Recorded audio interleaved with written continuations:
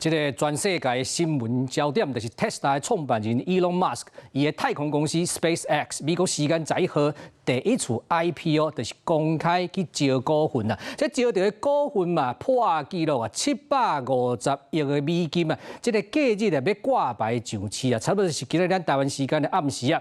今擺媒體就報道市場正看好 SpaceX 的未來，所以大家攏願意去投資，這嘛，互 Elon Musk 伊變做全世界上好嘅超過1條的好嘢人。SpaceX 火箭衝上天，高嘅期待也會創新紀錄。SpaceX 當地美國時間頭一個公開報告，今仔日特別掛牌上市，募資金額已經來到750億美金，創下目前嘅新冠紀錄。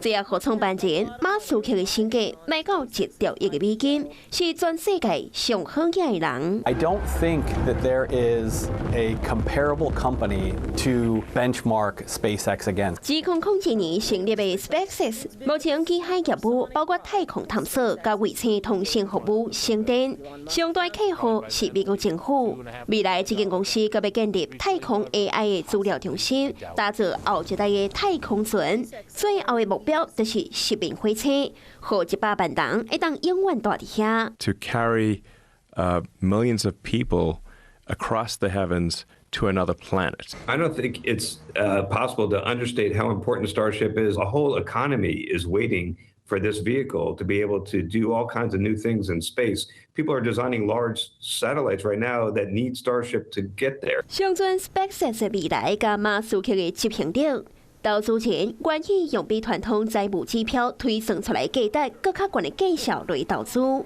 然過基金的投資無百面攤的，也是有專家態度較保守。I would personally stay away from it because it's too risky. It's too highly valued already compared to the underlying business. The good business in here is Starlink, but will it grow sufficiently to justify, which probably by then will be a $2.5 trillion valuation, $3 trillion valuation? Possibly, I doubt it. 更加賣講2015年 ，SpaceX 因為大量增加 AI 的投資，了超50億美金。有投資人認為 ，SpaceX 的未來更需要進一步驗證。已經第一企業是希望 SpaceX 會當像機械太空船帶回天家回報。